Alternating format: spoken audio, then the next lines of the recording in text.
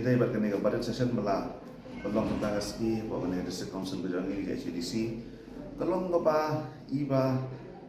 was ngsi ini di MDC jongi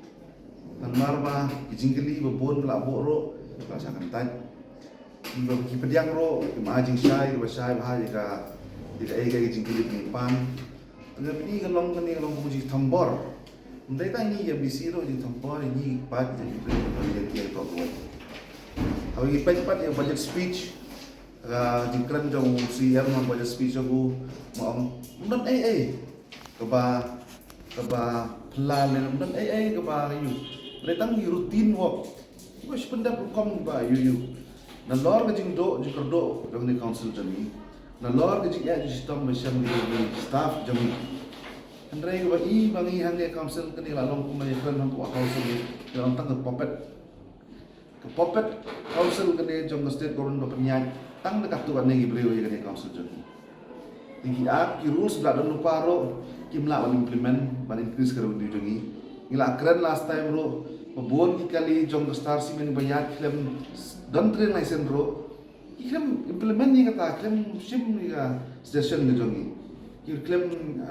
ki ailat be ki ban kamai kat ki man nan ngala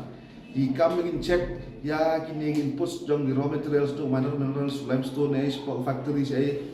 tidak don itu agreement badan baru monitoring gate dan seterusnya ketar ke belakang implement kita mau kemsha state government dan MDC mana public side MDC ro di scheme jong uro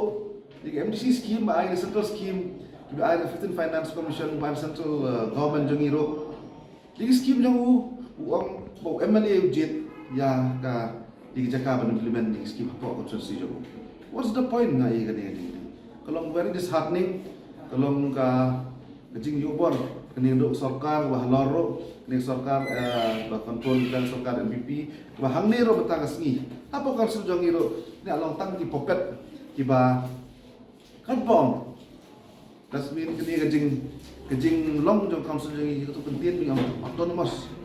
Kalau no more autonomous anymore. Masa kat bergila neneng lebih suhun baik. Lagi orang bisa meneh kuah house. Usiam lah orang ba dan orang ni kafan sekarang dah sak. Ukip tang kadiat kata kafan sak. Hendrai orang kuah partikular gadi matan cucap tu kita ngayu.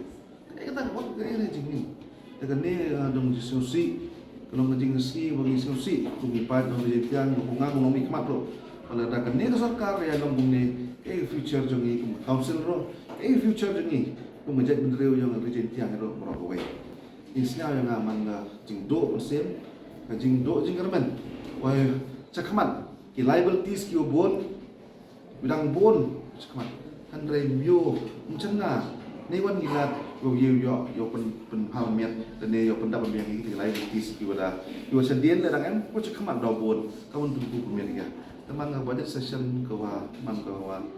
nam sasuk bang yo ngagarat luti ko hope kejing kermen yo MDK council de pha yo rot yo bor council tikat tugan ni ki MLA ki wa to pet de pha miet jong gerjin kiai ro ko bi